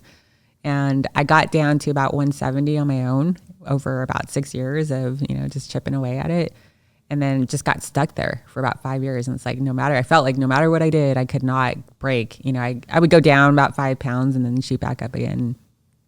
So I was working at this clinic and the doctor there wanted to incorporate, this is 21, and they wanted to incorporate this medication. And he wanted to trial it in-house first because he's like, I want to make sure it works before we like release it to the public. And so of course all of us were like, I'll try it, whatever. Yeah.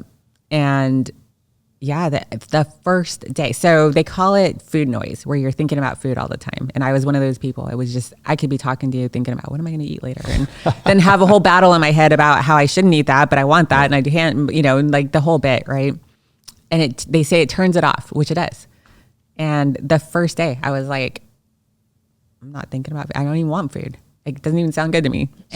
So it basically just makes you not hungry and not even think about food. Yeah. Like it kills your appetite. It kills your appetite. And I remember thinking like, man, this is what people talk about when they lose their appetite, or, even like sick people, right? They don't have because I always was like, how do you not have an appetite? Yeah. I always have an appetite. Love food. Yeah. So that's insulting. Yeah. And I'm like, I don't understand. That concept doesn't even register in my head. And I was like, wow, this is what they talk about when they aren't hungry. Do you know how it actually does that? So it's so it does a couple of things. One, it's, so a lot of us are insulin resistant, right? Okay. Backing up, there's a lot of things that need to be debunked, I think, it's now all over TikTok. It's, very popular because somebody in Hollywood said they used it and it just exploded in the last year or so. And with that comes the backlash, right? Well, this and this, and people are just picking it apart. And I'm like, one of the things they say, it's a new medication, we don't know the long-term effects. And in actuality, it's been out for over a decade, because the study started in 2012 or 13 with Ozempic, and it was meant for diabetic type 2. with the study population, so they got the FDA approval in 2016 for Ozempic, and with a study population, they noticed that they were all losing weight, and so they were like, okay, because that wasn't their intention, but they noticed all of their participants were dropping a bunch of weight, and so they're like, okay, we need to study this, like what's going on here? Yeah, it's like the Viagra accidental. Right, exactly. Yeah. So they did a separate study for weight loss, and sure enough, people are losing, I think it's like average 10 to 15% of their body weight. That's a lot. Yeah. Yeah. And they got the FDA approval for that purpose, which is Wegovy. Same manufacturer, same company, same medication, just different names for different purposes, right? Because the weight loss got approved in 21, everyone thinks it's a new medication. And I'm like, no, it's been out for, diabetics have been using this for a decade. Yeah. So that's, one of the things that's debunked. What it does is that, so insulin, so why for diabetics? So insulin resistance is kind of the thing for diabetes type 2. If you eat glucose, whatever, insulin releases, your brain tells insulin, or pancreas to release insulin, drives the glucose into the cells, turns it into energy, blah, blah, blah, blah. Well, after so much of our diets and sugar and all the crap that we eat, that becomes resistant to insulin. And so the blood sugar, or the sugar is stuck in your blood, wreaks havoc on your body, just does all kinds of bad things. And so it makes you sensitive to insulin again, right? Or the cells sensitive to insulin. So you're able to utilize that glucose and use it the way. This is all very simple terms, but basically that's one way. The other way is it slows down your digestive tract. So you feel fuller longer. So you don't digest as long as or as quickly as you used to before. So for instance, if you're getting surgery nowadays, you have to let the anesthesia provider know that you are taking semaglutide because they want you on an empty stomach, right? When they do surgery.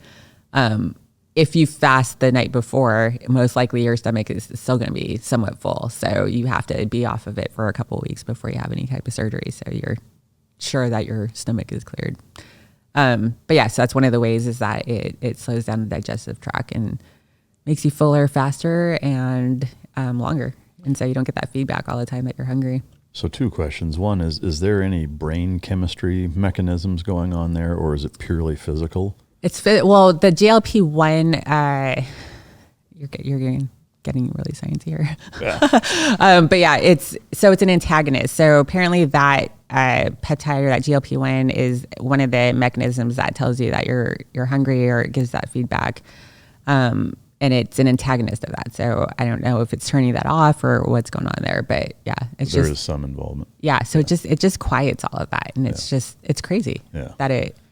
The other question on the slowing of the digestion down, over the long term, I guess, well, let me take one step back. Is Ozempic something that you would take, like once you lose the weight, you kind of have to stay on it intermittently to stay there, or? No, so the way we approach it is, so that's one of the other backlashes. You're going to gain weight as soon as you're off it. Well, you're going to gain weight on anything you do if you don't change your mindset, right? So even if you had gastric bypass, there are a lot of people who gain all of their weight back after that. And that's a hefty surgery. That's not a in and out type of thing. It's supposed to be a process where you have to get nutrition counseling and all this stuff. Although I'm learning nowadays that there's a lot of shortcuts to all of that, which would probably explain why there's a pretty big failure rate with it. But a lot of those people gain the weight back because they never change those eating habits, right? They don't change the mindset. They go right back into what they were doing before that got them to where they are in the first place. And so a lot of these clinics or a lot of these people, if they're prescribing it, they're, okay, here's your drug and this is how you dose it. And then you're on your own. So there's no talk for nutrition, changing, getting to the root causes. What got you here in the first place? What are your habits? For me, night eating. And most women were night eaters. And, we're working all day or busy all day, kids, whatever it is. And then once everything kind of calms down in the evening, we want our little comfort foods and we start snacking and doing whatever. That was my problem. And to this day, I still have to talk to myself every night and be like, no, you don't need that. Yeah. You're not hungry. It's a habit. So you got to change those habits and you have to work on those habits. So for us, you're not just going to go in and out, get a shot and go home. Yeah, you'll probably lose weight and you'll lose it pretty rapidly. But with us, you come in, I sit down with you every single week. We talk about what's going on. What are you eating? We start, I start talking about nutrition right off the bat. Decreasing portion sizes is the biggest thing. Like we think this is a portion, Yeah. and that's like for 4 people. Yeah. If you go to other countries, if you ever go to a restaurant, you're usually you're like a "Where's quarter the of that. main?" Yeah. Yeah. And you can tell who the Americans are because they're all the ones like, what the hell? Yeah. Where's my Can I food? get 3 of these? Yeah, exactly. And they usually make fun of us because when I used to work with the partners out in the different countries, they're like, oh, you Americans, Yeah. you eat too much. Yeah. And I'm like, no, you're right. But yeah, decreasing the portion sizes. That's one of the big things I think how it works so well is because you do get fuller faster. So even if you do eat something, if it's not even, the greatest thing, you don't eat as much of it. Yeah. So like for me, like I still indulge in certain things, but instead of eating, the whole pizza, which yes, I could eat a whole pizza before, I can only eat 1 slice. Yeah. And I'm full and I'm good. I'm satisfied. And so it's really training like, okay, I only need this much food. I don't need this much food. So doing that, and then, talking about increase your protein, the biggest thing that I want to do, I don't really care about the big number, is I want to drop your body fat percentage, and I want you to either maintain the muscle you have or gain muscle. And so that's what we talk about doing. And I have a scale that shows that every week that they come in, and, some of the women will freak out about the number, and I'm like, no, let's look at the body fat and the muscle. And a lot of times the muscle is going up, the body fat's going down. And so I'm like, that's what you should be happy about. Because aesthetically, 1, you're going to like that better. Yeah. 2, it's healthy. That is, health and longevity is muscle, low body fat. Yeah. You got a guest on here who talks about it all the time, Dr. Lynn's. Oh, yeah. Yeah. Yeah. She's always talking about it. Yeah, but that's the thing, like, increase in protein. And, now, funny enough, the government's telling you that meat is terrible for you. Yeah. Captain Crunch is healthier than a ribeye. Yeah. Is it for men versus women? Is there kind of a from your clinical perspective an ideal for each? For body fat percentage? Yeah. So they say, the average for women is the low 20s. So what do you say though? Who's they? Well, what do you think? The experts, I guess. Yeah. I would agree with that. The low 20s for your normal female who's just living every day. Of course, if you're trying to compete or anything, that's a whole different story. They eventually in their cutting phases get down into the low teens, which is not ideal. And, they only do it for a certain amount of time and they go right back up because it's not healthy for, obviously men and women are different when it comes to the fat and body fat. We need more. Yeah. So you start messing with your hormones when you get too low.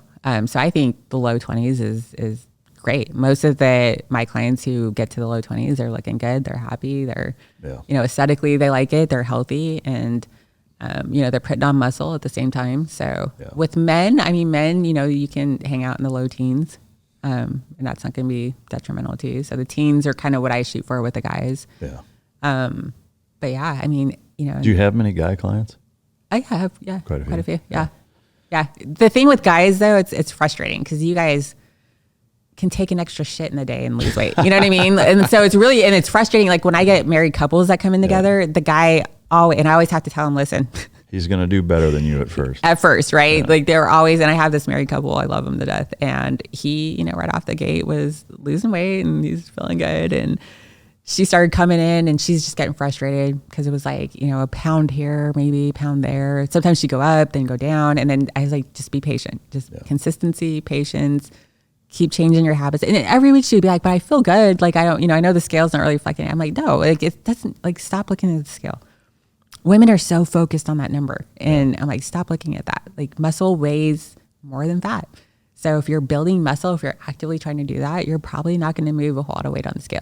That's where inches are good to measure that and see where the inches are coming off. Because she would be like, well, my clothes feel looser. And I'm like, yeah, they probably are looser. Yeah. Like that happens. Yeah. So she slowly was chipping away at it and he was kind of losing these big chunks.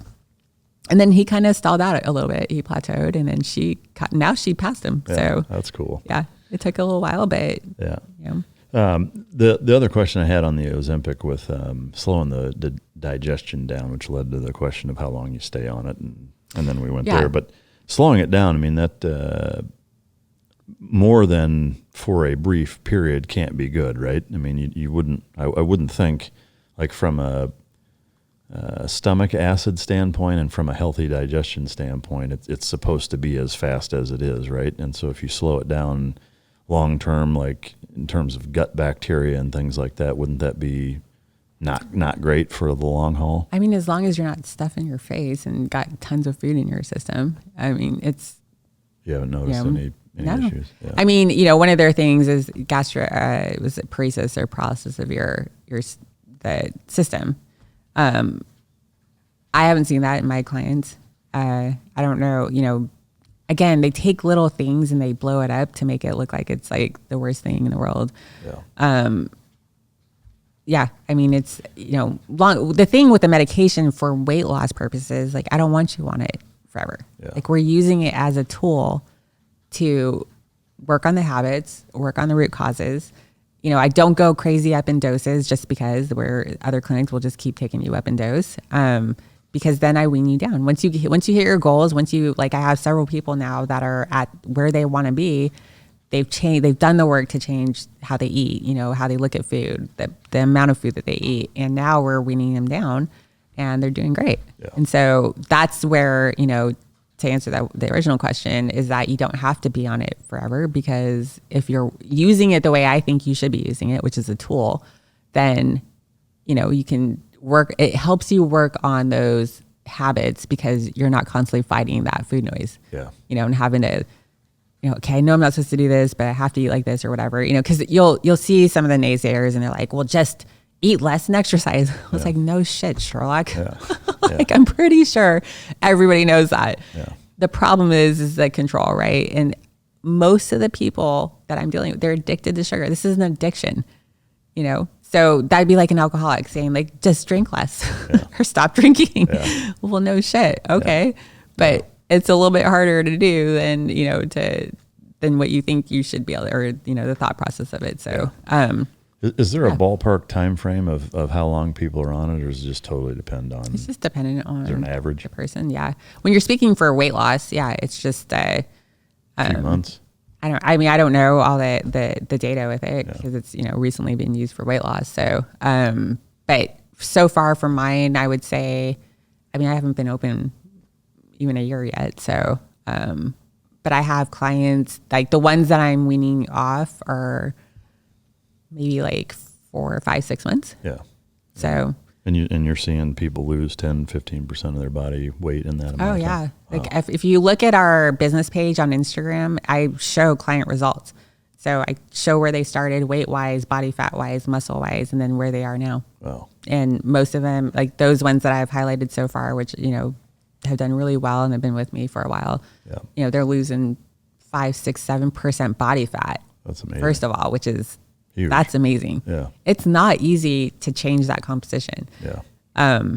So the fact that they're maintaining their muscle or even gaining muscle and losing that much body fat in that amount of time is amazing. Yeah. So wow. But those are the people that are putting work to it. And that's what I tell clients. Some people want to come in, they want the magic pill and they get frustrated. I'm like, if you're not putting the work in, one, you're wasting your money. So like don't, until you get your mind right or until you're serious about this, like why are you starting this? Yeah.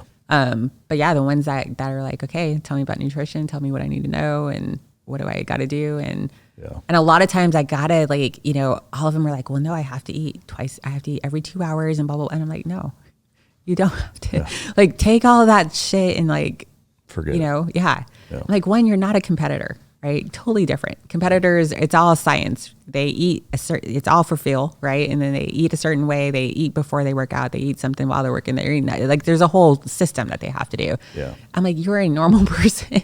You don't need that much food, and you don't have to eat every couple hours. Yeah. I'm more of an intuitive type person. So it's like, if you watch little kids, they will eat when they're hungry and they'll stop when they're full. We're the ones who impose all the bad habits on them, right? You can't leave the dinner table until you're finished.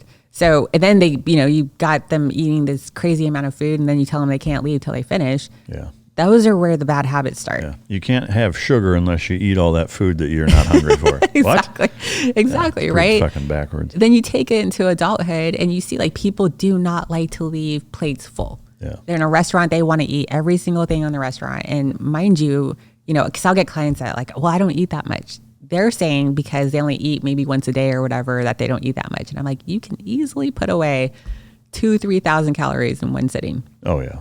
No problem. If you're not watching it. And so, trying to get that through to people is a little challenging. Yeah. But. Yeah.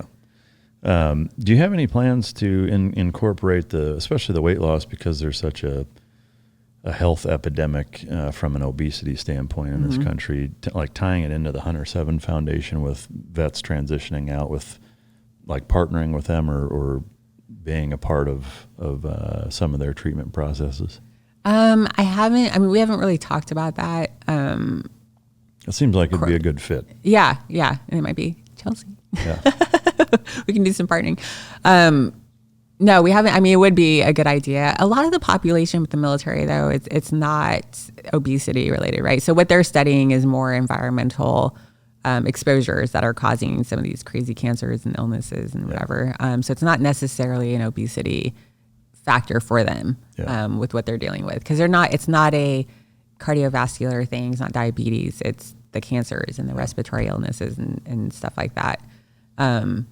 So yeah, but just a little shout out to them. Like, she works her ass off and she takes it all personal. And, when somebody dies, it's, she takes a hit on that. It's crazy though, the increase in cancers and what these guys are going through, and, not getting help from the VA or, the government, the people they served, and ended up with all this, not getting that help. And Hunter 7 steps in, and I don't support a lot of organizations, because I've realized early on that a lot of nonprofits are profiting. Yeah. You know what I mean? And then they're using like the veteran thing or the whatever whatever their mission is, they're using that population to get money and whatever, but then they're not giving it to that population that they're supposedly trying to help. And so I have a real big issue with that. And I've noticed that a lot lately and behind the scenes and peeking behind the curtain with that. I will say Hunter 7 is one of those where she literally, like, every cent goes back to those veterans. I've called her before and been like, hey, saw this guy's got, cancer, is not being able to get help or whatever. She's on the phone with him that night, setting up appointments at Duke and, paying for travel and doing all the things for them immediately. Like, that's one organization that you don't have to go through all this red tape to get approval for, funding or whatever it is. She acts immediately. And so, the more support they can get, and they've been blown up lately. Like UFC, I think, featured him on their Octagon, one of the fights. Yeah. That's so cool. Black Rifle's been helping a lot with all of that. So they're getting a lot of good exposure, but she needs the money. do you know, from your interactions with her and them, what the most common environmental issues are from veterans as they get out? Initially it was thought to be like the burn pits, right? So all of us going overseas and we're breathing in all of the crap that they're burning off, because in those pits everything goes in there. Yeah. So we're breathing all that in because we're sleeping next to it. But now I think that she's doing more research. She's realizing it's a lot more exposures to like radiation, and she's looking at different populations. So apparently, like, pilots are having a lot more increase in cancers. So that could be, like, I guess, radiation or maybe the fuel that they're exposed to. Just looking at all the different populations and then where they were is what she's trying to correlate to what could potentially be the exposures to them. So I don't want to, like, what she does is it's so, because it's such a broad problem and there's so many potential, issues or, exposures or whatever, like to try to connect all those pieces and the dots is so difficult. So, and then she has posted something where someone got denied for, the gentleman died and the wife was trying to get the service connection, and the VA denied it and said, it's not service related. It's like, there's nothing else he would, like, he had a very rare form of cancer and they tried to say, like, it's because he smoked a little bit and was a little bit overweight. And it was like, So. That reminds me of like the Maury Povich, you are not the father. It's like your service connected is not service connected. Denied. It's like everything's like, nope, sorry. I guess I was just curious if there is a specific cancer that seems more prevalent than the rest with the exposure aspect. I don't know for sure. I do know she's been talking a lot about colon cancers, and there's been a lot of people with the, stage 4 colon cancer, which again, that, it's one of those cancers that could be, you don't have to die from that if you caught it early. And so for 30-year-olds to be at stage 4 of their colon cancer. I also wonder how much of that is what we're eating also. Oh, 100%. Yeah. Yeah. That's, I mean, when you go from, when we were younger, before that even, where colon cancer was something that, 60, 70, 80-year-olds got, to now it's 30-year-olds and younger. It's, the only, like, in thinking about the body system, right? It's the colon. So it's food going through there and whatever your body's trying to get rid of. It's got to be the food. Yeah. Well, and kind of coming back full circle to the COVID conversation is that there's such passion, air quotes, with certain elements of our society of forcing that, of saying it's a health issue, it's because you care about your, whatever it is, right? Which is all bullshit anyway. But to be that passionate about something like that, but then allow our FDA and USDA to pass and legalize the things that they allow us to eat. You know, it's like if it's really about our nation's collective health, then why aren't Snickers bars banned? Right. Or like, why isn't high fructose corn syrup banned? Yeah. Or, any type of grains with any traces of glyphosate shouldn't be allowed to be consumed. There's a host of products out there that we shouldn't be allowed to eat that in Europe and all these other places I was just going to say, I was like, if you look at the ingredients of our Coke versus a Coke from Europe or Mexico or whatever, totally different ingredients, right? So it's either the high fructose corn syrup for the sugar, the sweet part, where theirs is actual sugar, real sugar. You got chemical, and then, they don't have all these chemicals in their ingredients. And it's crazy to think, why can Coca-Cola, they can't have this one that we can have? It's banned in Europe, or their Doritos or Mountain Dew, I think, is completely banned, period, over there. Hillbilly piss is banned in Europe? That's too bad. I actually like that stuff. But so like, if you think about why is it okay for us and not them, but we have this, regulating system that's supposedly like making sure it's all healthy or whatever. So, these are questions that are like, again, I'm a logic-based person, so it's like, that doesn't make sense to me. So it's probably not good. So one other thing that you're passionate about is hunting, and most specifically, getting young women and just women in general involved in kind of the full soup to nuts hunting process, not just, sitting in a deer stand and pulling the trigger, but the whole thing, because it's a predominantly male dominated activity, and you're passionate about it. Talk to us a little bit about that. Yeah. So coming from, a background where I was a city girl and, wasn't raised to hunt or do any of that stuff, coming into my age now, I really wanted to learn that, and realized pretty quickly that trying to find someone to teach you how to do that is kind of non-existent. And so, even though I'm surrounded by a lot of people that do it, I just could not, like, nobody was really like jumping for the chance to help out, unless, with males, it's kind of like, it's like, what am I getting out of it type of thing. And so the minute you are not interested, it's like, whatever. Little quid pro quo. And then, for like the other friends of mine, I had one guy, one of my good friends, he explained to me, he's like, listen, the problem is that it's kind of our bro time, no matter how bro you are as a girl, it's like, you're just not a guy. And so we just like to be around other guys, and that's our time away from family or whatever it is. And I get that. I understand that. And then the other thing he explained is like, and a lot of us have wives and girlfriends that aren't like too hip on us being out camping with another girl, which again, totally understand that. So that's when I ended up talking to some other ladies, and we're like, hey, like, why don't we just start a girl gang and try to figure this stuff out on our own, and, see if we can get help along the way. And so, that's been kind of rolling. We've been doing that. And then, I decided I didn't want it to be a one-time thing. I want it to continue. Right. So you can go to a place and you can learn some stuff, but are you really walking away with the skills to be able to go out and, attempt it on your own? And that's kind of where I want to get women to. And so, one of the things is, I'm thinking about doing this mentorship program, which will be a year-long thing. We're going to gather topics of what people really want to learn. So it really isn't just hunting. It's shooting or hunting or outdoors, hiking, whatever it is, just out there surviving on your own if you have to. Yeah. And so we're collecting topics of what people are interested in, what they want to learn. And then we're thinking every month that we'll, do Zoom calls or whatever it is to discuss the topics. throughout the year, we want to find inexpensive events that we can do, whether it's, hey, we're going to be camping in Yosemite, come join us if you can and learn how to do that, and find women that are experts at doing that, which I know several of them. And then, I know people that have ranches that want to, host things on their ranch. And then the last thing that I'd like to do is this whole kind of put together index, if you will. And my friend Toby, who owns Battle Springs Ranch, said I could do it over there. And it's basically, I want to do a 2-day shooting course. And so like a long range shooting course, your basics and foundation. And then the next 2 days, take them into, his acreage and learn how to set up your camp.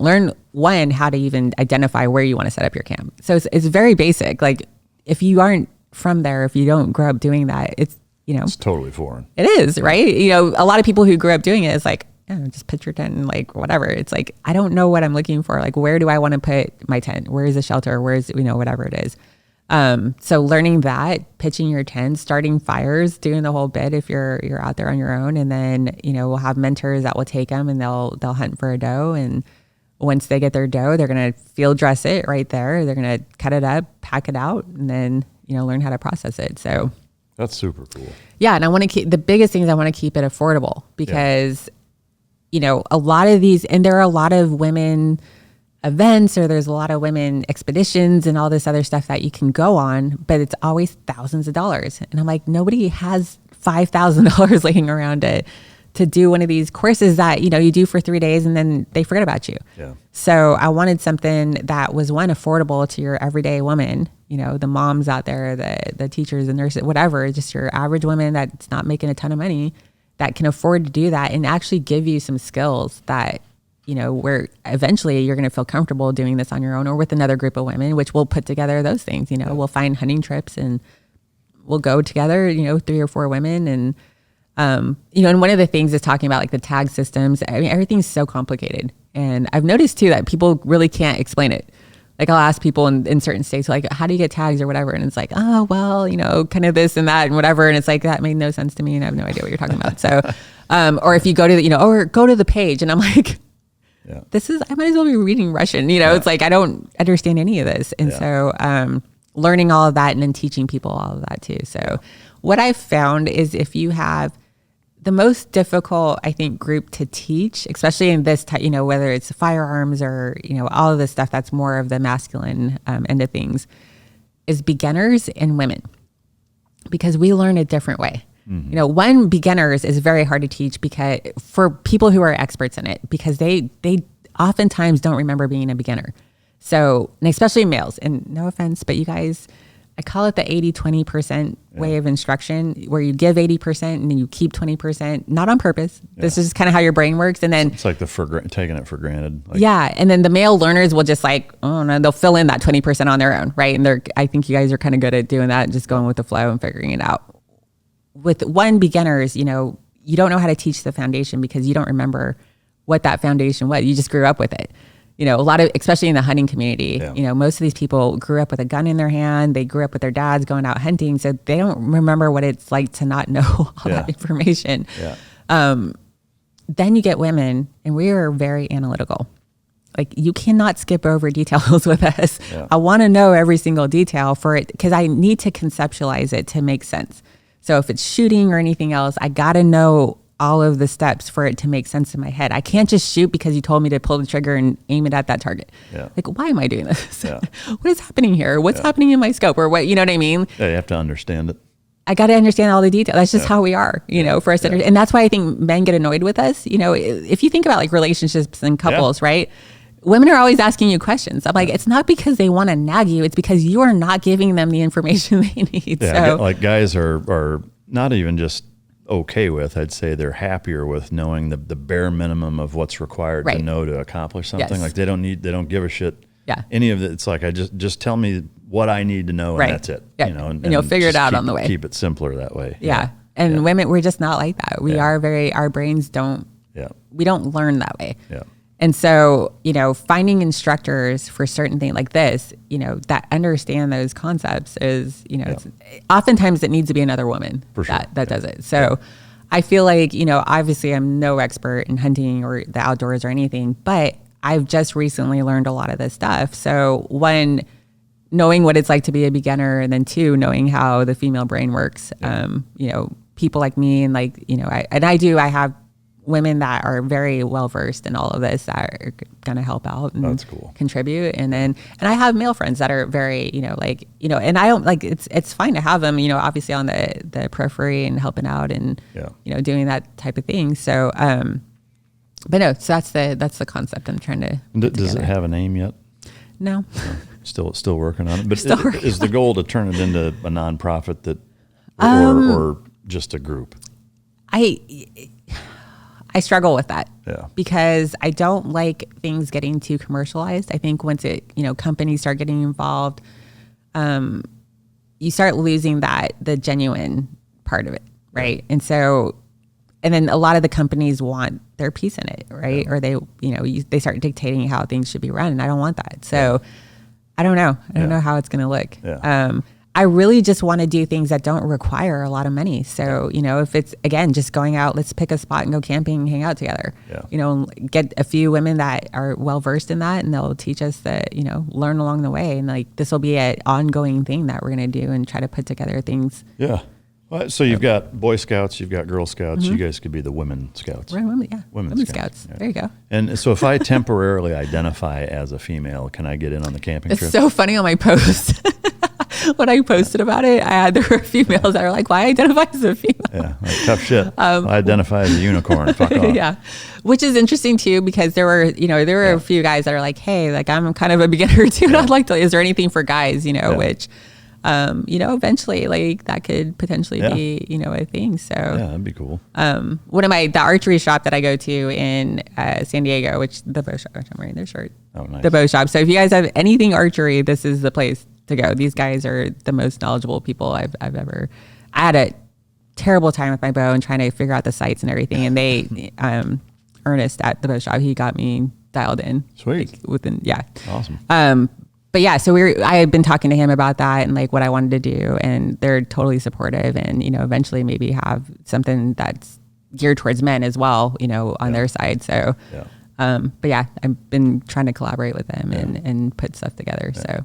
The last stuff we're going to talk about before, and one thing I will add, we're going to switch over to Patreon for our patrons, which is the ad-free version, as well as we're going to talk about some of the creepy weirdos that solicit people for money on your behalf and trick people into thinking and send you dick pics and all kinds. So we're going to talk about that.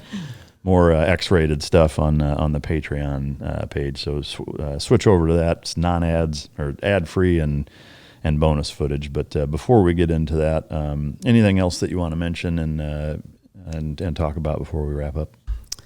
I think we covered a lot there. Where can we find your business and your page and contact and all that? So my business, I'm in Southern California. Up in the Marietta area in Escondido. And then the business contact is, we have a website, which is www.the-jab-lab.com. We have an Instagram page, and amen. We'll have links for all that. Again, join us on Patreon for the rest. But before we do that, get you a parting gift here. What? All of our guests now, thanks to Champion Choice Silver out of here in Texas, but by way of John Johnson in California. So you get a shit kicker buckle. We're going to get you one too, since you're here in Texas. Love it. Yeah, so thank you for coming. We sure appreciate your service. You know, I encourage everybody to check out. I think I misquoted saying it's episode 47. It's episode 48. I think you said 48. Okay. I think I said 48 and then 47. Oh. Either way, it's episode 48 where we dig into Nikki's military service and her deployments to Afghanistan and all the different kind of trauma stuff that she's experienced and been a part of, and an amazing episode that got a lot of reviews, but it's been several years. So I encourage you to check that out. Check out her business. We appreciate you coming and sharing your story again. Thank you. Yeah, thanks for coming. If you didn't enjoy it, you know you can choke yourself. And until next time, this is Mic Drop.